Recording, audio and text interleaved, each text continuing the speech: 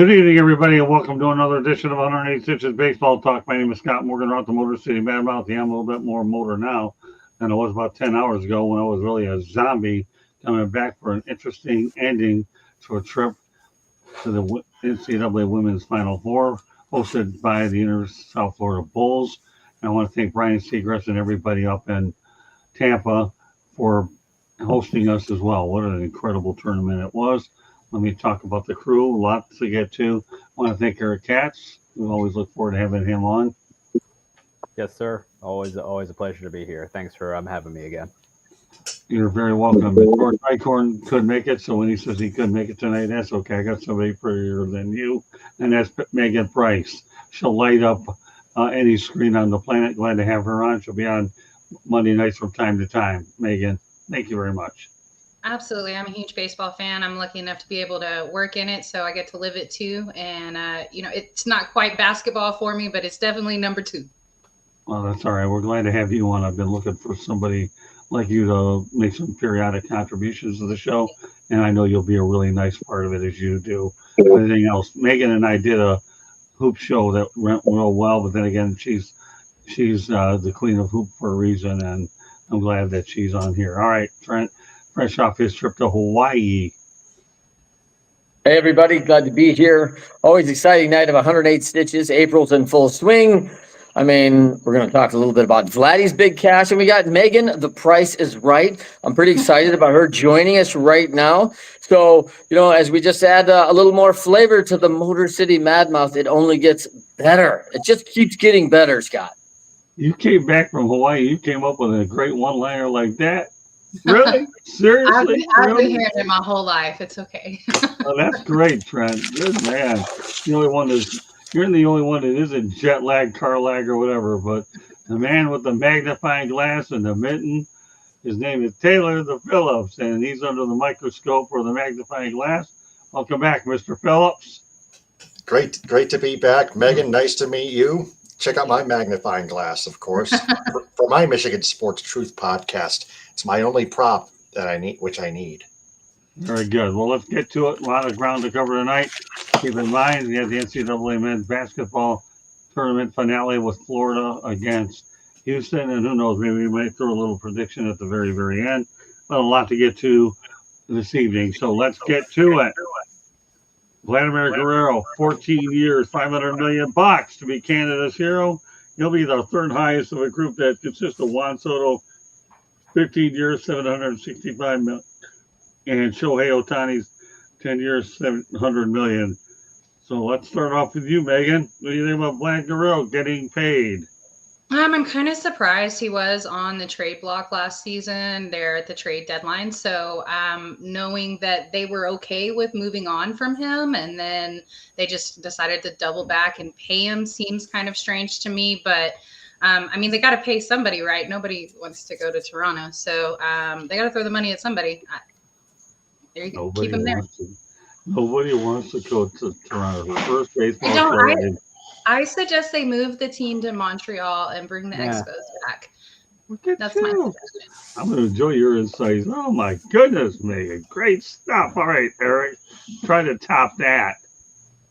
Well, I will try. Well, tonight I'm going to try and behave here. So here's the thing. He is now the third highest paid player in terms of total money in baseball right now. He's only behind Juan Soto and Shohei Ohtani. He makes it look like the Yankees are getting Aaron Judge who's arguably, I think, the best player in baseball right now for a bargain. Right now Judge is in terms of total value of the contract, he's making $360 million a year. But you look at all those things, he just I think personally the Blue Jays, this is one of those situations where the Blue Jays got desperate. They had been desperate all off season to try and get a free agent, but nobody wants to go there for a variety of reasons. One of them is just how awful Canadian taxes are. So I guess that's another reason not to live in Canada anyway. They did it because they need that star, and right now they need that franchise player, which I personally think the Blue Jays have been lacking since Doc Halladay left. But this was something that they had to do. Personally, I Vlad Jr.'s fluff for 1 minute. He said, "Oh, I'm just gonna focus on the season." No, once they dump your cash on the table, you're gonna do it, because I remember Alex Cora said the same thing before signing that extension to manage the Boston Red Sox. But personally, Toronto overpaid. They got desperate because they need stars to come up there, and right now they don't have any. And they figured that Vlad Jr. can be that guy. But really, to pay him more than Aaron Judge, there's a reason that this team hasn't won a World Series since before I was born. Okey-dokey. All right, Taylor. Well, it's too soon to say whether he's overpaid or not. $500, $14 million. That seems like a hell of a lot. But you gotta play the game and see where you stand in the future. You got to come to play. You're not always going to come up with the results, but you better shine if you're Vladimir Guerrero Jr. and earn that $500 million first. That way your time in Toronto is actually more worthwhile than just getting overpaid and doing less. It's a fact. Whoa. Yeah. Hold on, Eric. Okay, my bad. All right, go ahead. Eric, go ahead. What you got, Cassie? I was gonna rebuttal Taylor. How can you say not overpaid? He's making more than Aaron Judge, and he's just behind Juan Soto and Shohei Ohtani. To me, that's overpaid for a guy who only averages 25-ish home runs a year and probably 90-ish RBI. There are plenty of guys making less who put up almost the exact same statistics as Vlad Jr. has, who are making significantly less than him. Well, you got a point in his past. In his past, like you pointed out, 25 home runs, but the Blue Jays are trying to put Vlad Guerrero Jr. on like a high pedestal to try to push him even further. So, again, we'll see what happens, but you may have a point. All right, let's turn it over to Trent. Yeah, I mean, for me, I mean, baseball's going to have a price, right? And it's a big contract. Like, it's $500 million, man. I mean, unheard of, really. It's so amazing. And I don't know if anyone thinks this is a steal of a deal. It's crazy. 14 years, you're getting in that late 30s by the end of this contract. $36 million a year average almost, and that's a little bit more than LeBron makes, who is, the premier player in the NBA, right? So, like, I'm looking at this thing and like going, man, in Canadian, I think that's also like 47 million, by the way. So it's crazy the amount of dollars going on there. And I think the Canadians are probably going to be a little bit up in arms about it when they figure like how much money on the Canadian dollar that actually is and what they're going to see. And I think the expectations when you come with it get a little unrealistic. Like, this guy's going to hit a home run every game. Listen, he's not going to hit 162 home runs. I mean, no one's fooling ourselves on this. He's a human. He's a really good ball player. I think he got massively overplayed, and God bless him. In the chat room, and I'll finish the topic off. Good evening, Brian Pettit. Hope everyone had a great weekend. Back at you, buddy. All right, as far as I'm concerned, this move is strictly based on one thing. Toronto has to save face to keep their primary face of the franchise in Canada. If he performs well, he's Canada's national hero, number one. Two, they need to be able to put rear ends in the seats. He's a gate attraction. And you let this guy go through, I'll back on what Megan just said. Who's going to want to go there? Well, at least he stayed there. So I'll take Megan's perspective and say, here's the situation. You kept your own, and a lot of organizations will say you want to keep your own players. Well, they did keep him. Now we'll see what follows suit with the rest of that organization. But they need him as a drawing card. Let me tell you, this guy can buy the CN Tower if he wants. Mm-hmm. He really can. And let's think about the Rogers, who owns the team. $500 million is a drop in the bucket for these people anyways. They own everything on the planet in Canada, so what's the difference? Why not own a player for $500 million. Hello, Mickey Delaney. Hi, Megan, Taylor, etc. It's good to have you back on, Mickey. So we'll go ahead and move on. Complete games, okay?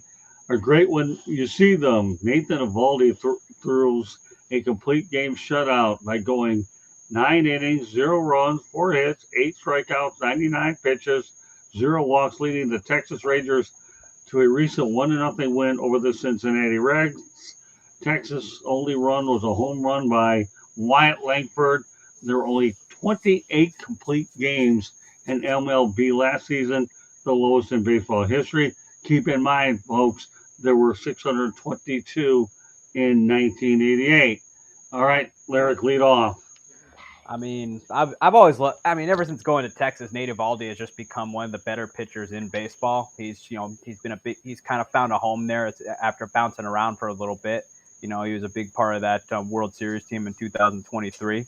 And personally, I like the guy. He's kind of become Texas's unofficial ace, especially with the injury history that surrounds Jacob deGrom. And I'm happy for him. I'm happy we see a complete game. It's kind of become a little bit of an anomaly because of how much we like to baby pitchers now. After 100 pitches, we take them out the ball game because apparently managers and front office no longer subscribe to the rule of if a guy is mowing, let him mow. But they let Eovaldi that night, which happy for him, and I'm happy that we finally got one when they're becoming more rarer and rarer as the years go on. Megan, he's in your backyard. What do you think of what happened with Mr. Nathan? So the night before Cincinnati, or the day before Cincinnati had beat us 14-1, I think. It was awful. They just really opened it up on us. And Nate being able to pitch a no-hitter, a complete game, like y'all said, it doesn't happen very often. It does happen on the women's side. If you watch softball, that does happen pretty often over there. But like you said, they don't really subscribe to that anymore. You're always going to have a closer and a starter, and there's somebody in the middle range sometimes too. So generally you see 3 pitchers in a game at the minimum. And so I think it was incredibly special. And I want to credit that besides Nate, but Bochy, like, he's old school. He's going to let him finish the game. And I love that. So all the critics that were probably there, Bruce doesn't care. I might argue that, Megan. I might argue that. I do think Bruce Bochy's old school. I do think he's that guy. But the one thing I would say is, like, to Kathy's point, he came in under the 100 pitch mark. Like, if he needed 120 to throw a complete game because he gave up 5 hits and only and had to strike out 10, it might have been too many, and Boch might have pulled him out in the 8th. You know what I mean? Like, I do wonder if when a guy's going well, I mean, it's a 1-0 game. It's not like the tables had turned and they had scored 14 runs and there's plenty of cushion. Like, hey, let's give up a couple hits. This is a tight ball game. And I'm sure if he'd have hit that 3-digit number, I'm not sure they wouldn't have gone to the pen there. Yeah, I mean, that's a good point. I'm not sure. I'm glad it didn't go that way, though.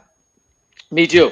And, and I think it's sad if this is the pressure for kids. Like, hey, listen, you can be a complete game, but you just got to do it under 100 pitches. Like, holy crap, not everybody's Greg Maddux throwing, 27 ground balls a game, right? Like, Right. This is a tough ask for kids these days where the power pitch is going up and, there's less and less ground balls being thrown, right? I mean, which is clear. I mean, that stat, Motor City, is staggering. 622 in 1988, my graduating year from high school, and to 28 complete games last year.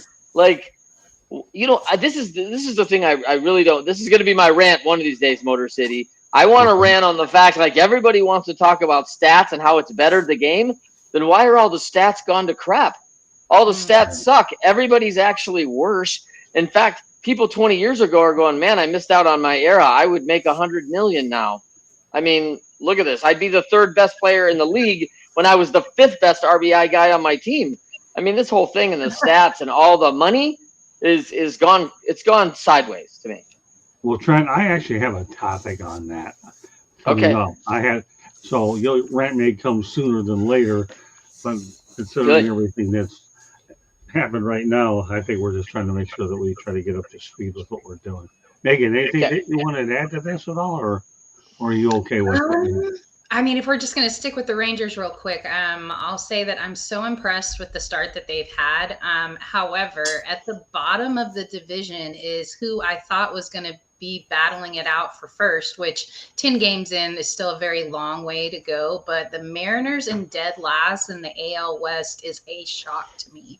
So I'm curious to see what's going on there. Like you take it over to the National League, and the Pirates and the Reds are kind of struggling. And that was the division, the hot division last year, right? They were incredibly competitive. And I still think the Pirates and the Reds can be that. I think it was incredibly cold for their homestands, and that probably affected some of the level of play. However, what's going on in Seattle? Right. TBD. Stay tuned is all I'll say. No, Eric, you want to get your rant in there, hold off on what's going on in Seattle. I got some plans for the Mariners, and I'll pilot in that direction down the road. Eric, you got your opinion in on this one. Is that correct? Yeah. We got Taylor. So Taylor, go ahead, please. Yeah, Nathan of giving up only 4 hits, no walks issued, 8 strikeouts, and a complete game shutout. That's how complete game shutouts are earned. Especially, that's like an aces complete shutout, if you ask me. Agree. Okay. Well, the only thing I'm going to say about the whole thing is, Honestly, it was a good one. The only thing I'll say is I'm glad to see a complete game when we get it. Trent and I, Eric, and everybody grew up at a time when they were common. Now they're not worth anything. Let's go to the chat room before we go on to another topic. We have new people in here. Eddie Prather, hey, everyone. I guess Kyle. I guess Tucker will be the number 1 for upcoming season by default. Okay. We'll keep the updates on that. We got one more topic to get to, but as I said before, complete games are great when you see them happen, and that's why I decided to incorporate this one, because this one happened. At least they have one this year, at least. So we'll find out if they can make it to 28, and we're looking at April 7th, 2025. So we'll move on to one more topic. We go to a station break. The Atlanta Braves have already placed an order for torpedo bats after the Yankees slugfest. Okay, Mr. Yankee, what are your thoughts about the Braves getting into the torpedo business? I mean, you can get into it though, but you don't exactly know how the Yankees have gone about it though. So like you can go ahead and order it, but it's probably not gonna it's not gonna be like a wand you find in one of them Disney movies where it's magically gonna make your hitting problems go away. But because the Braves certainly have those this year by averaging less than 3 runs a game to begin the year, and so, but you gotta. It's one thing to have them, but the thing is, you gotta know how to use them. I mean, right now, at least on paper anyway, the Braves have a weapon they have no idea how to use. But we'll see how it goes, because obviously there's a lot going on the inside of it. Because I know the Yankees kind of custom tailored it to the players' needs, kind of like people who get their clubs designed for them before they go out on the golf course. But we'll see how it goes. But right now, I'm sure the Braves are begging for anything right now with an offense that pitiful at the moment. What do you think, Megan?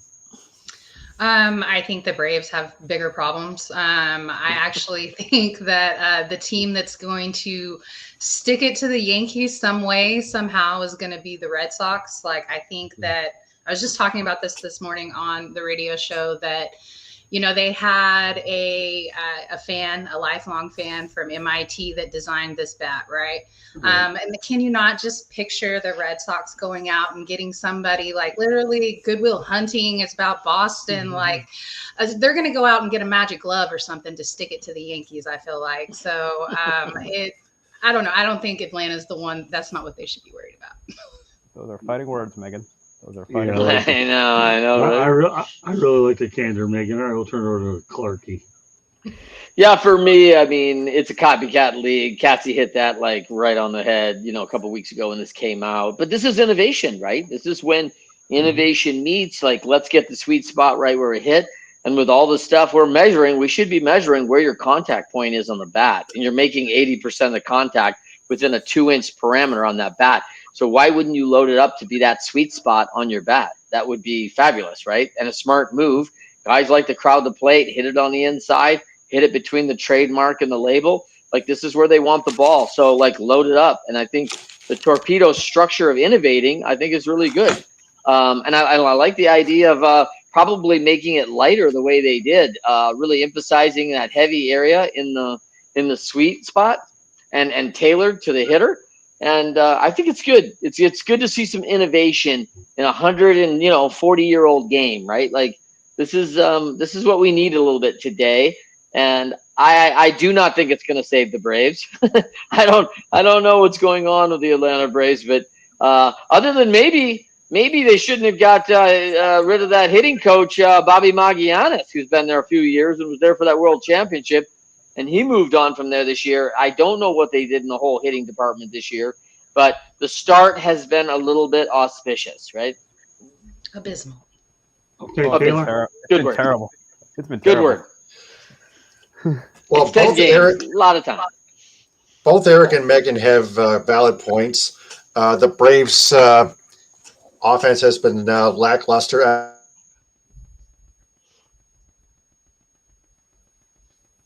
Their pitching and their defense. Yeah, blacked out again. But really, the Braves just really need to shape everything up. They really do. If they want to get back into this race early on. It's still April, but the Braves had better pick it up. Taylor, And you how think long like did oh, these sorry, go ahead, Megan. perfect it before they premiered it, this season? Like, did they do batting practice with this? For how long did they do that before they actually premiered it this season? And so, like, they've been batting with this for a while. Like, surely these guys that are using it are used to it by now. You can't just throw it on the team and be like, hey, this is going to fix the Braves. Like, how long have they been practicing with that? I agree. I'm sure that the Yankees have been using this off season and spring training for sure, and very accustomed to it. And the reality is like you said, Taylor, it just feels like the whole Atlanta Braves team got surprised we're not in spring training anymore. I think maybe they thought spring training ended April 10th or something. I don't know, but like, they are not playing like a team that has opened the season and now it counts, right? Right. They need a wake up call. They need a spark. They needed They something did. to I happen. thought that They gotta suspension would have been a wake up call. jerk some pro par. I'll Yeah. tell you what Well, I'm going to say. They'll take anything. Go ahead, Trent. I thought the Miami Marlins were just what the doctor ordered for a team that's in a slump. Like, that's what isn't that what you want? A team that you can score 2 touchdowns on. I mean, this is a team that's given up a lot of runs recently, and their first night out where they got their one win there, they look like they were maybe turning the corner, but maybe not so much. The only thing I'm going to say about this subject is this. Atlanta figures they need some kind of spark to get the bats going, and there's more to that than ACI. I'm going to make a prediction, then we go to a station break. By the end of this season, manager Brian Snitker will retire. That's what I think he's going to do. You heard it live here on 108 Stitches Baseball Talk. That's what I think. Brian Snitker will be out as Braves manager at the end of season's end. And mark my word, Megan, I expect you to be on the show when it happens. Of course, we're looking forward to having a lot more of that. But I'm going out on the limb that Brian Snitker will be done at the end of the year. Go ahead, Katie, station break. You are listening to the South Florida Tribune's YouTube channel. If you see that red subscribe button, hit it, like us, share us with all your friends and family. Monday nights, we talk baseball. Tuesday nights, we talk football. Wednesday and Thursday nights, you never know what we're talking about, except Thursday nights, we do talk hockey. The South Florida Tribune Publishing Company published a book, Lessons from the Microphone, Tuning into the Enduring Wisdom of Visionary Leaders. It is written by your host, Scott, the Motor City Madmouth Morganroth. Talks about his 40-plus years in the industry and how it has changed. Get your copy today, available on Amazon, Barnes & Noble, Kindle, Google, and Apple Books. There's also a link on our website, www.southfloridatribune.com, where there is a plethora of other great content, so go check it out. If you want to advertise with us, call Scott, 954-304-4941, and if you want to be a guest or have show ideas, You can always email us at southfloridatribune@gmail.com. Back to the program. All right, what we're going to do is I want to go to a comment in the chat room that'll be a great segue about where we're going. And I want to go to Eddie Prather, Candy. People are giving too much credit to the torpedo bat, which is why a lot of people are saying, should the torpedo bat be banned by MLB? I'll tell you one guy who doesn't think so, and that's the one who has the most saying in all of it, is Commissioner Rob Manfred, because he likes them. With that said, Megan, you can have first word on it. I don't think it should be banned. We saw baseball fall off for quite some time, to be honest. Viewership was down, money was down. And when they came through with the rule changes for the bases and the extra runner, and then the pitch clock was integral in bringing the game from almost a 4-hour game to they're averaging about 2.5 hours now, right? Yeah.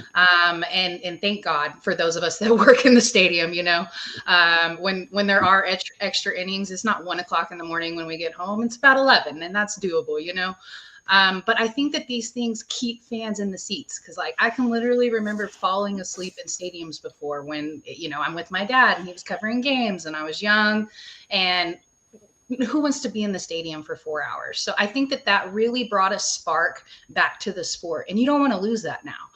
Now they're going to go in and it's going to be a slugfest, and that's going to keep people watching. When people watch hockey, what do they want to see? Do they want to see a game that's 1-0, or do they want to see a game that's 5-3 where there was some action? I think it's pretty simple. You don't do away with the bat. Great point. Taylor, you go ahead on this one next. Man, this is a hard one. I'm going to say no for now. We'll see. It's still less than a month in, less than 3 weeks in, or actually 3 weeks in, but still less than a month in. But the torpedo bats are not always going to have an effect, especially when teams like starting pitching rotation, great ones like the Tigers, shut down the Yankees today 6-2. They limited the Yankees to 2 runs. It's not that proves to me that the torpedo bats are not always going to have an effect. Great pitching beats great hitting, no matter what the circumstances, no matter what the rules are. You play the game, period. No matter what the adversity. Great pitching beats great hitting. That's all you got to do. Overcome adversity and pitch great. And that's exactly what happened today in Detroit. Well, we'll go ahead and turn it up to Eric. And you know what we're going to do after we go over to Trent? That's a good time to fit Eric's rant in. Go ahead, Eric. Let's talk about the torpedo bats being banned first. Well, I don't think it's going to happen. Number one, we live in a world where everyone likes offense, no matter what the sport is. So, the fact that it's increasing offense means it's not going to go anywhere. That's just the way the world of sports works now. Is everybody likes offense? Mm-hmm. You still have to hit the ball, and hitting the ball is very, very challenging. Some of us who are in the baseball world can very much attest to that, just how hard it really is. And there's no advantage or disadvantage on it. Like, the bats are still the bats, and the pitcher is still the pitcher. If it's not gonna guarantee you to hit 3 or 4 home runs in a game. I mean, it's just another way that they customize the bats. They've been customizing bats for years. Heck, the Yankees were kind of tinkering around with it last year. Giancarlo Stanton in the postseason had one. Except people didn't realize it because his bat was black. So obviously people wouldn't really be able to notice the difference. But the fact that it's increasing offense, and we live in a world where everyone loves offense, it's not going to go anywhere. I mean, no matter if the Dave Portnoys of the world complain about it, it's not going anywhere. Right. I am for it. I would not ban it. I think innovation is great.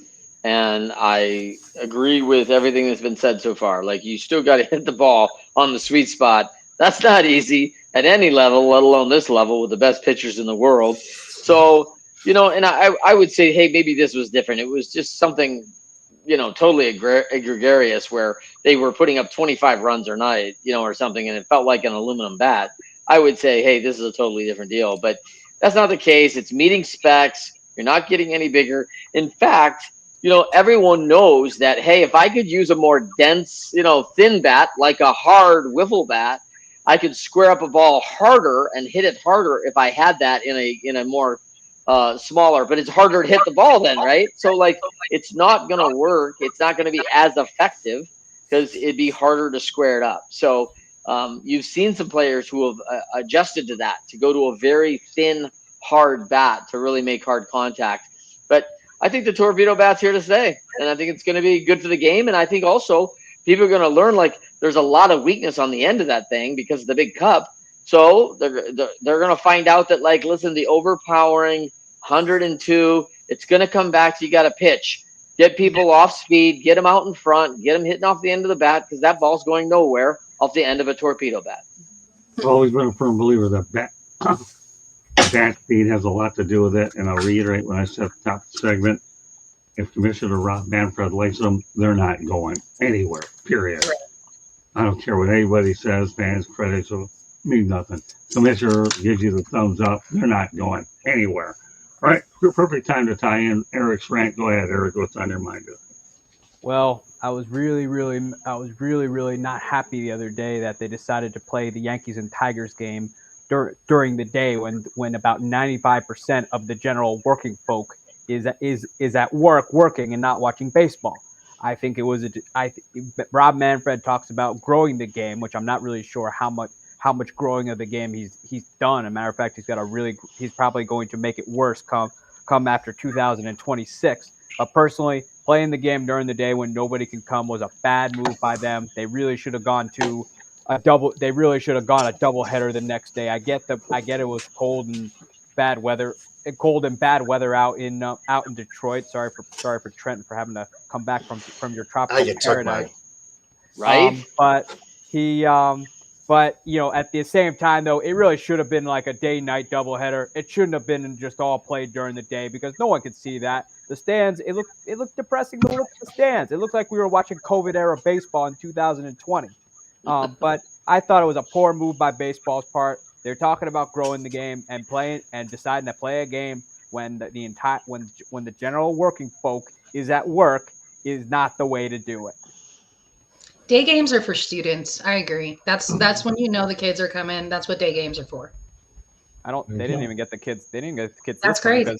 Because the school's still going on.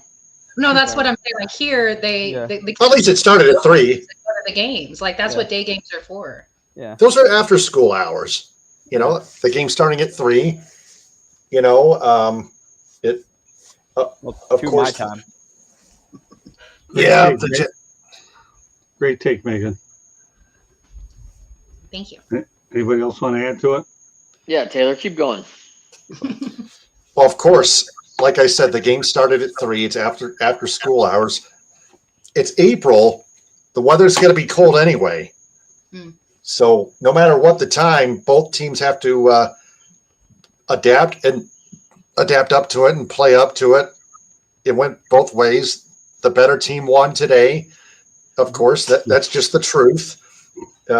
It's good to beat it's good for my Tigers to beat the defending AL champion Yankees, who are coming off winning the AL champs and coming up short to the Dodgers, of course, who finally lost a season series 2 out of 3. It's lost 2 out of 3 recently. That's what I heard on the Tigers post game on my station up in my neck of the woods, 93.7 FM, The Ticket in Cadillac, WKAD. But cold weather is cold weather. Both teams have to adapt to it. And that's it. No matter what the time, afternoon or evening, doesn't even matter. Fair enough. Let's move on. Well, the oldest pitcher is Baltimore Orioles history, is Charlie Morton. At the age of 41 years, 136 days, he is the oldest pitcher to start a game since Satchel Paige. Get this, 47 years old, 77 days. So did you see? So here's the thing, and he did so for the St. Louis Browns on September 22nd, 1953. Oh I wow, like so that. Yeah, well, we like to throw a little bit of history in here too, Megan. St. I love Louis it. Browns, Satchel Paige, you being a baseball person, what are your thoughts about Charlie Morton being able to hang around as long as he has?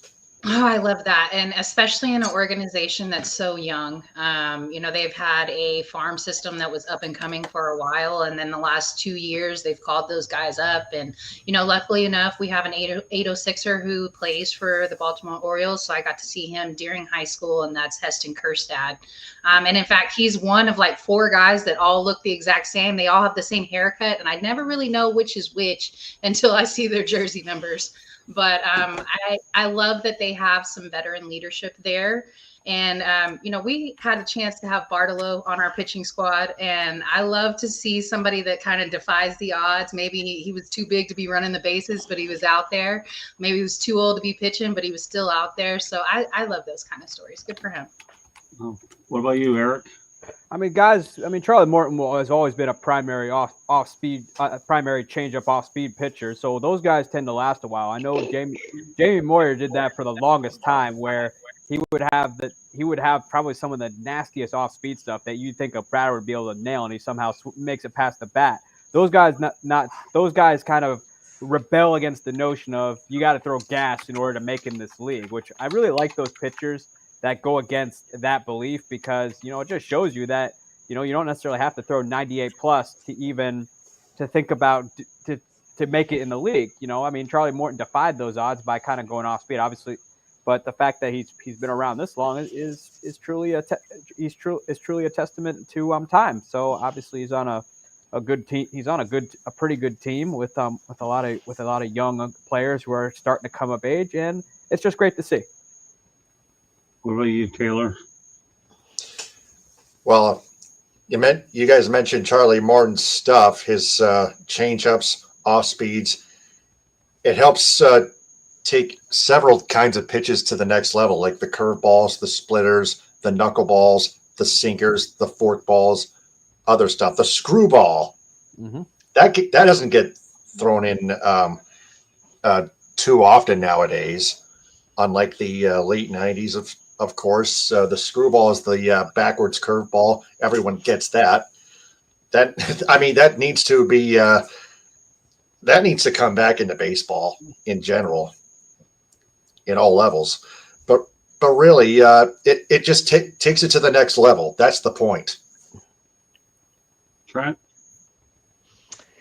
Yeah, I love it, man. I think that I saw a lot of years of Jamie Moyer, man, hitting about 81 on the gun tops, man. And it was just great off speed stuff, great changing speeds, hit the ball really well. Like you didn't see it coming from him. His lefty's got a couple different arm angles, often wide and low.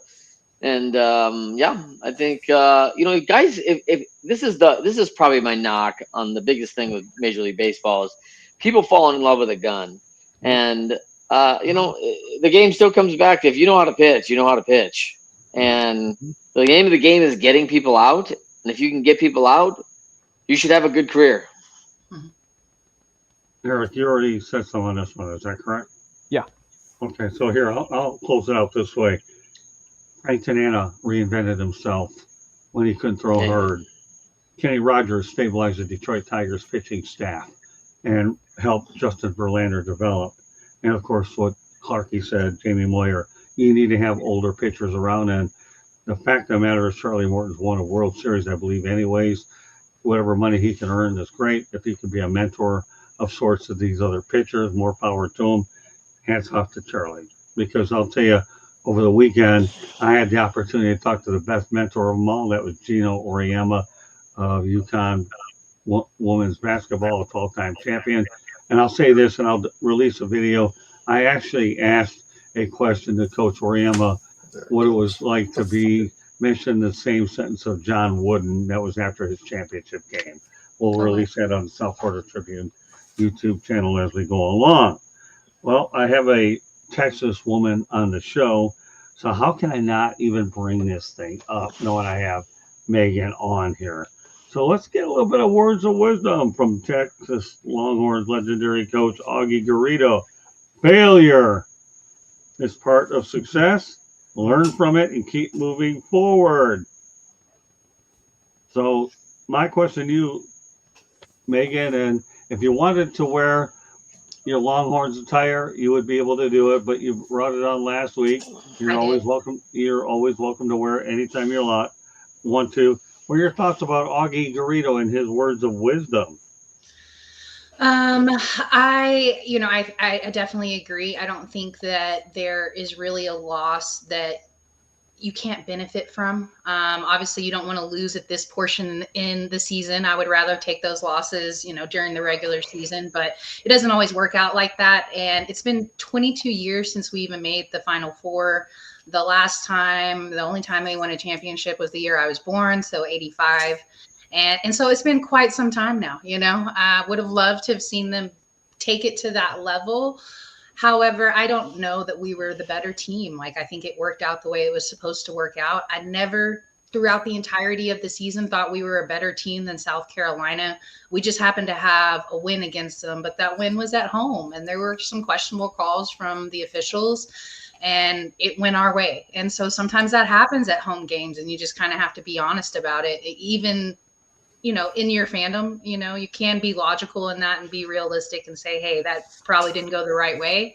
I don't think that that's exactly what won us the game, but it was a 4-point differential and it was at home. So, you take it with a grain of salt. Anytime we had to play them in South Carolina or in Greenville for the SEC tournament, we got our butts handed to us. So it was what it was. I didn't think that we were really the better team. I think we were the better defenders, though, and that's what makes me sad. That by the second half, we were so tired from trying to keep up with their shooting, which our shooting has been off all season. I didn't think magically in this game was our shooting going to get better. I had hoped that we would tighten up in the middle coverage a little bit more. We just bared down and had to take it. And that's what South Carolina had to do against UConn too. It was basically the exact same scenario. Like, they did everything they could in that first half to try and keep up. And then in the second half, you just got to grin and bear it and take it. So my question to you, Megan, when you put what Coach Garrido had to say, failure is part of success. Mm-hmm. How do you feel about that? I think that you can't have success without failure time and time again. That's how you find success, is through failures, plural, because it's always going to be more than once. I know personally with myself, I love what I do, but I'm still trying to grow and go in different directions. And that's how you find your success. Hey, Eric, you want to comment on failure as part of success? I mean, it really is, though, because, obviously, you're going to, it's especially in a sport like baseball where you're going to fail more times than you succeed. I mean, there's a reason guys who bat 240 or 250 or higher make a lot of money, but at the same time, they're not going to be 100. They're not going to get a hit 100% of the time. That's just impossible. But, you learn a lot through failure, actually, because you figure out what went wrong, and you learn more from your losses than you do your wins, because the wins, everything at least seemingly went right. But when you lose, something majorly went wrong, and it's Right. And you learn a lot throughout that. You learn a lot throughout that process. Well, the man holding up his book probably answers this question well, Trent. Yeah. That's right. You got some great college coaches you just bring in there. Gino, Augie. I mean, these guys are longtime leaders. They know how to win. And it's exactly right. I mean, nailed on the head for both parties there. Like, the failure is part of it, right? And this is where we get all of our lessons. It's very few people who have that mantra of like, I am going to sponge up every single lesson and get it both. We tend to gloss over the wins, and we tend to withhold the losses, the failures, and we got to go adapt, and we got to go fix it, and we got to go tinker with it and make it better and learn from it. So it's a huge part of it, but it is a matter of moving forward. And I think that's a really big part of what Augie said. You learn from it, but you keep moving forward. You can't analysis paralysis. You can't freeze, right? And you're not going to fight every failure, and you don't want to flight on every failure either and run from it. So there's a real nice balance there, and it's going to usually take some analysis, and it's going to usually take a little fight. and you got to keep moving forward with it and get back on. I think it's back to that. You get knocked off the horse, you get back up and get back on it, man. I mean, you got to move forward. Taylor, what's your interpretation of what Coach Garrido said? Well, of course, it's just that simple. Keep trying. If at first you don't succeed, try again until you succeed, and that's the way it works. So until you win a championship, for example, the ultimate prize, whether it's the World Series, the Super Bowl, the Stanley Cup, or the NBA championship, or the national championship, whether it be the college football playoff or in March Madness. Right. Okay. All right, Megan, opportunity for you to let everybody in the audience, as well as your teammates, know what your role is in minor league baseball. I work for the production crew for the Sod Poodles, so any given night I can be in any position for that. I generally stick with audio, so any of the music or the mics, that's me. Sometimes I am the person that runs our program called Crossfire, and so I work directly with the person that's doing audio. While someone's doing audio, then I'll send the images to the big screen. I also do replay. So anytime the replay actually runs on MILB TV, that's me running that. I make the clips. As soon as the ball goes into the pitcher, leaves the pitcher's glove, and then as soon as it returns, that's how we make the clips. You label them, and you got to keep going really, really fast. It's a lot of pressure. It's one of the most challenging jobs that I've ever had. I'm usually the person that's on camera, and so to be behind camera, there's an art form to every single one of those positions. I do get to do camera sometimes. It's difficult. It's not easy. Like I said, this is the most challenging job that I've ever had.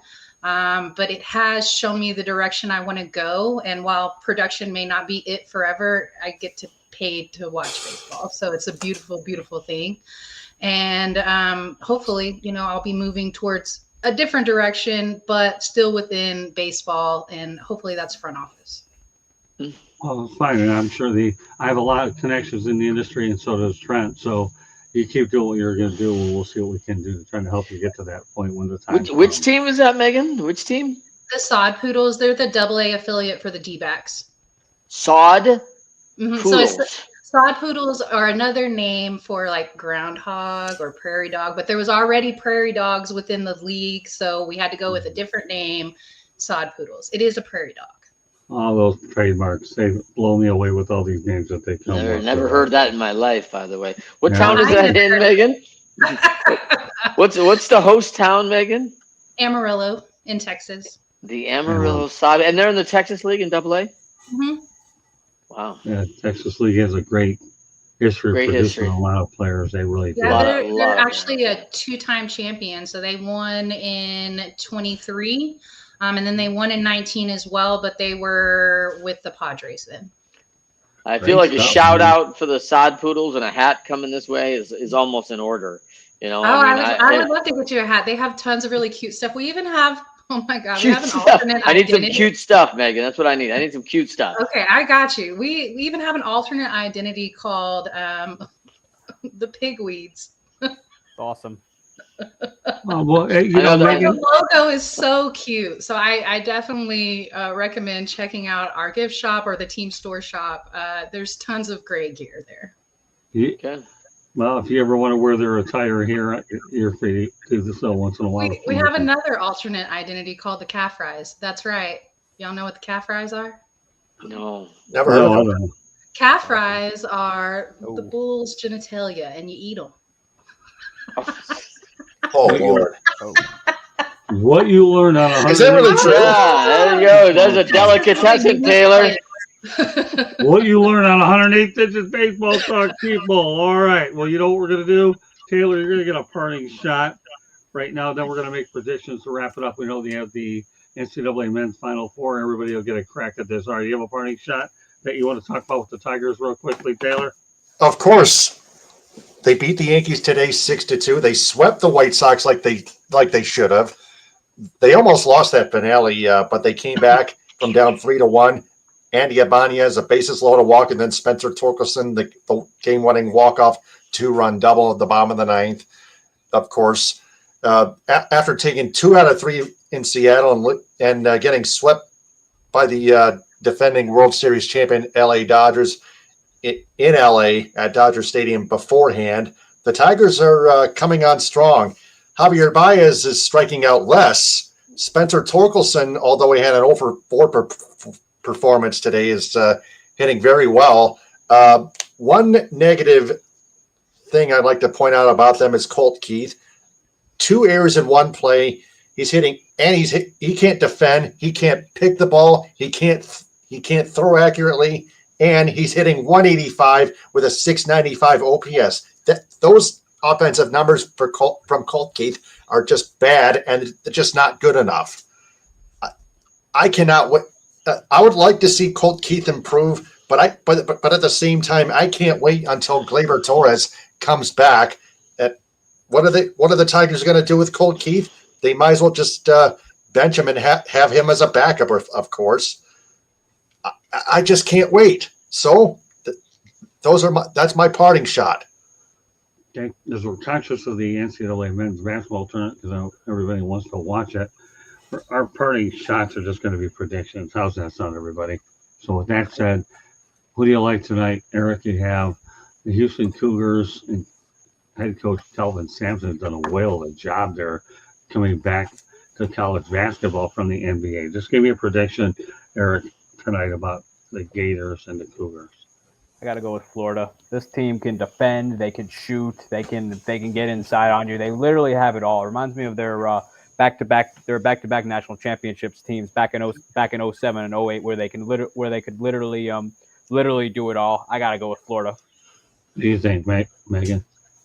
I think the difference maker is, and I think Florida is probably the most complete team, to be honest, and agree. This is the best that they've had since of that, Joe Kim Noah days. And what an incredible championships run for them. The difference maker for me, though, is going to be, this is basically home court for Houston. So I think that's going to be a huge difference maker. It is a massive stadium, and I think it's going to be full of Cougs fans. So go Cougs. I've actually seen a couple of games over at the Alamo Dome. Yeah. What's that? Have you too? Yeah, I saw Michigan and Nebraska there, and I saw the Lions and New Orleans Saints when the Saints were displaced. That's a pretty cool stadium. It really is. I enjoyed it. I've only been once, but I was there whenever they did the attendance record for the Spurs. Oh, good for you. Okay. Great stuff. All right, Grant, give me a prediction tonight. Well, I agree with Katsy on Florida being a complete team, and I've just got this feeling on Houston, man, because I felt Duke was a real complete team. Same. So the little comeback gave them hope. You saw the crowd get into it.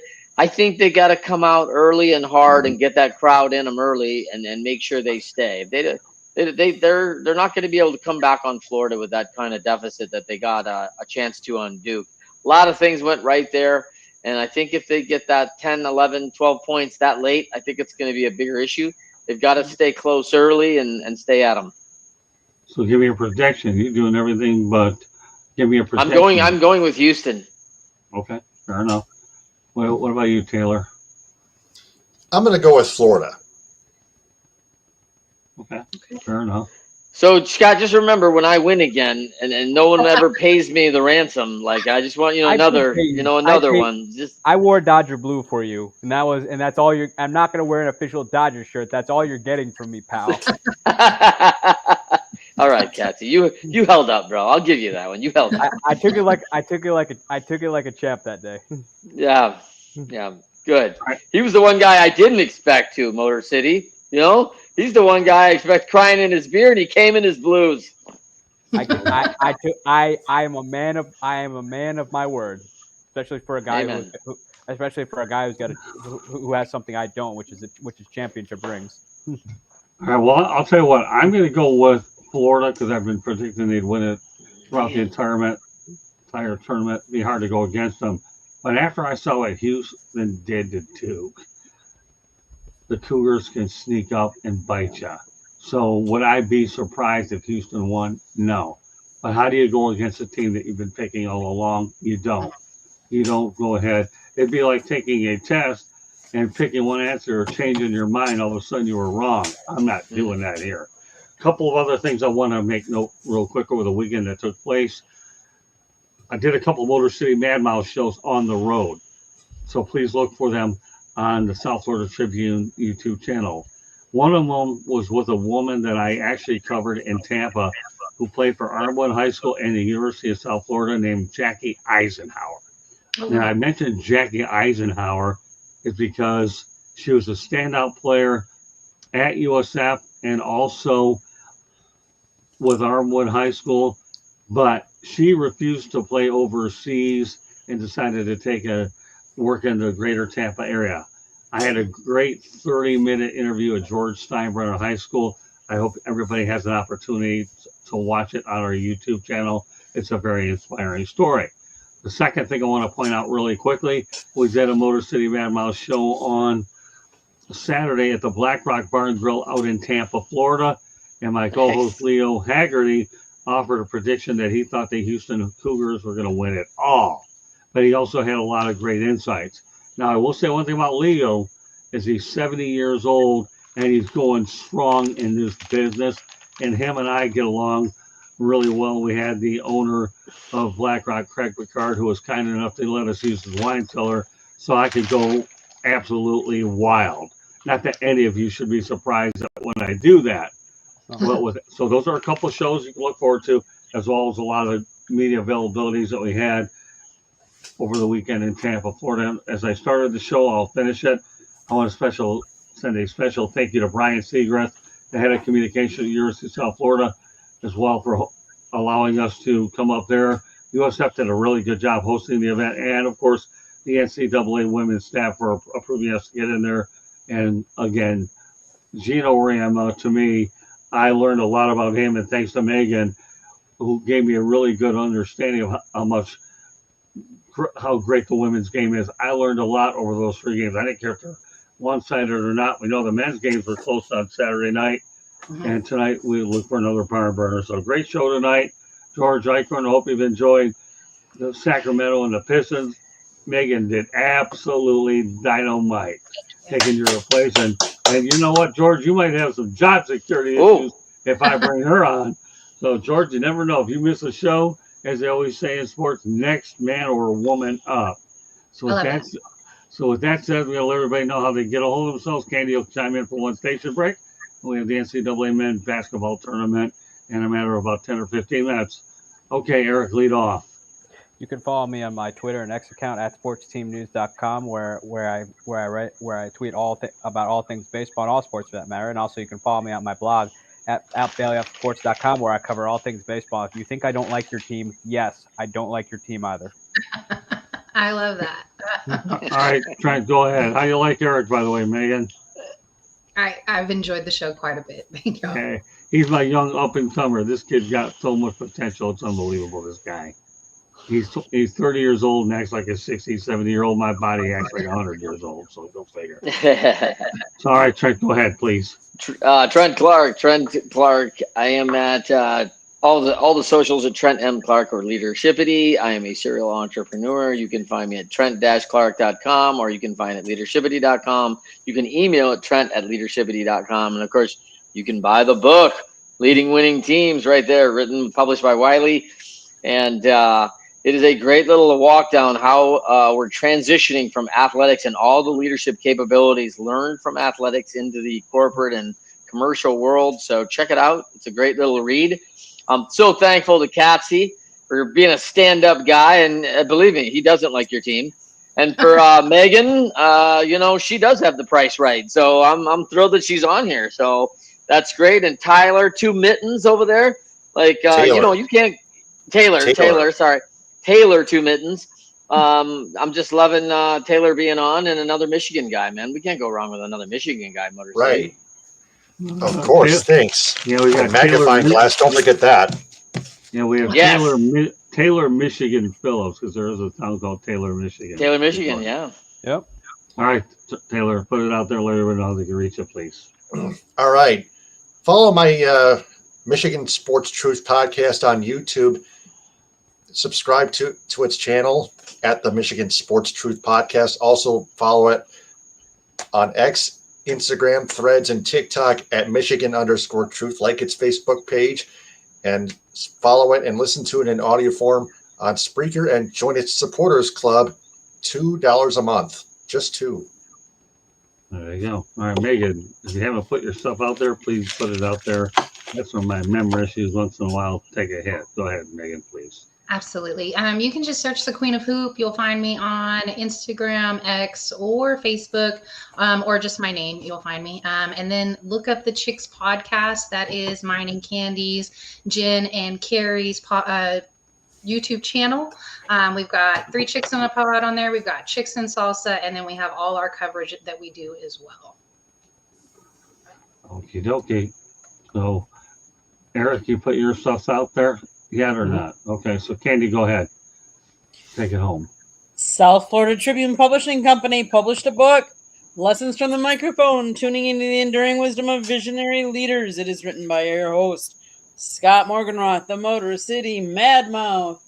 It is available on Amazon, Barnes & Noble, Kindle, Google, and Apple Books. It talks about Scott's 40-plus years in the industry and how it has evolved and changed. There's a picture of a young Scott with a young Muhammad Ali. Get the book to see the picture and more. It's also a link on our website, www.southfloridatribune.com, where you can get this book, a link to our merchandise store, and a plethora of great content. If you like to listen to podcasts, you can find us wherever you get your podcasts. If you like baseball, we talk it on Monday nights. Tuesday nights, we talk football. Wednesday and Thursday nights, anything goes, sports related. And then Thursday nights, we also have a hockey show. But Scott does a one-on-one show called the Motor City Madmouth Show, and it's a one-on-one interview show. You gotta check it out. He's had some great guests on. You should also definitely look for our YouTube channel. We're going to have some of the interviews and post-game press conferences from the Women's Final Four. Scott got a really good question in with Gino, so go definitely check that out. It'll be up shortly. Go to our website, www.southfloridatribune.com. You'd see a plethora of other great content as well. If you want to advertise or sponsor a show, call Scott 954-304-4941. And if you want to be a guest or have show ideas, you can always email us at southfloridatribune@gmail.com. Back to you, Scott. All right, Trent got off because the battery was low, but Candy, will stand for just a moment, please. And you can offer your prediction for tonight's final as well as we wrap this puppy up. Well, as I'm watching it, but yes, I would say, you guys talked earlier about quotes and not quitting, and Samson said, you can never win a game if you keep quitting. And one of the quotes that if you go to our YouTube channel, once it's up, Dawn, coach for South Carolina, was talking about how she was letting her girls, there was some of them in the locker room crying, obviously, after the game, because they were disappointed that they lost. And she goes, that's a raw emotion that you need to feel to help motivate you and propel you for the next year. So I thought that was very interesting. She has some more other insights that you'll have to check out the interview that they did, the post-game press conference. Mm-hmm. But I would say, Scott, Florida. I'm going to go with Florida tonight. Candy referring to Don Staley. No problem, Jazz 13. Glad that you made it on at the very end. You can always watch the replay on South Florida Tribune YouTube channel. There was a lot of Yankee conversation as well tonight, so I'm sure you'll get something out of it. So, well, that does it for this edition of 108 Stitches Baseball Talk. So on behalf of Trent Clark, Eric Katz, Taylor Phillips, Megan Price, looking forward to seeing you again on not only host, but baseball. Your baseball knowledge impressed me significantly. And Candy Evelyn doing our producing. My name is Scott Morgan, off the Motor City Madmouth. Thank you for joining us. And we'll have a busy night tomorrow on Inside the Pigskin as well. So good night, everybody. Great job to all the panelists.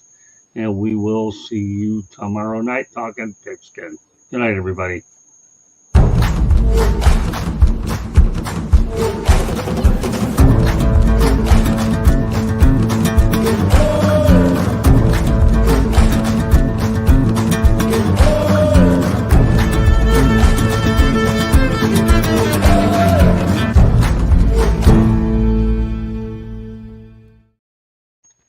Great job, Megan. You cease to amaze me every time I bring you on here. Well, thank you very much. Welcome to Hold the on, you're club. still live. It's not letting me end it, Scott. Try. Okay, well, good. I'm glad that they heard that part. So, Well, thank you so much. well, meanwhile, great job, everybody, and enjoy the basketball game, and we'll definitely be in touch. Eric, great job. Megan, I hope everybody hears that. Doesn't make any difference. I speak for Well, mine. thank you for having me Try on. I ending really it enjoyed yourself. it. So, Thank you. all right, good night, everybody. Thank you very much. Bye now. Need anything Scott, over try here? ending it.